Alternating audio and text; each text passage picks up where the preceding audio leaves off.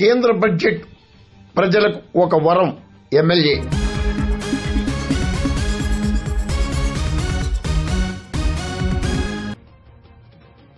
ప్రధాని నరేంద్ర మోడీ ఆధ్వర్యంలో ఆర్థిక మంత్రి నిర్మలా సీతారామన్ ప్రవేశపెట్టిన బడ్జెట్ ఒక అద్భుతమని అనపర్తి ఎమ్మెల్యే నల్లమిల్లి రామకృష్ణారెడ్డి అభివర్ణించారు.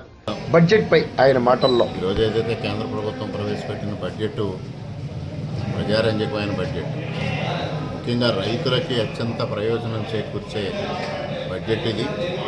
అదేవిధంగా దేశంలో ఏదైతే గత 10 సంవత్సరాలుగా అమలు చేస్తున్న సంస్కరణల ఫలితం ఈరోజు పెద్ద ఎత్తున కనిపించడం జరుగుతూ ఉంది.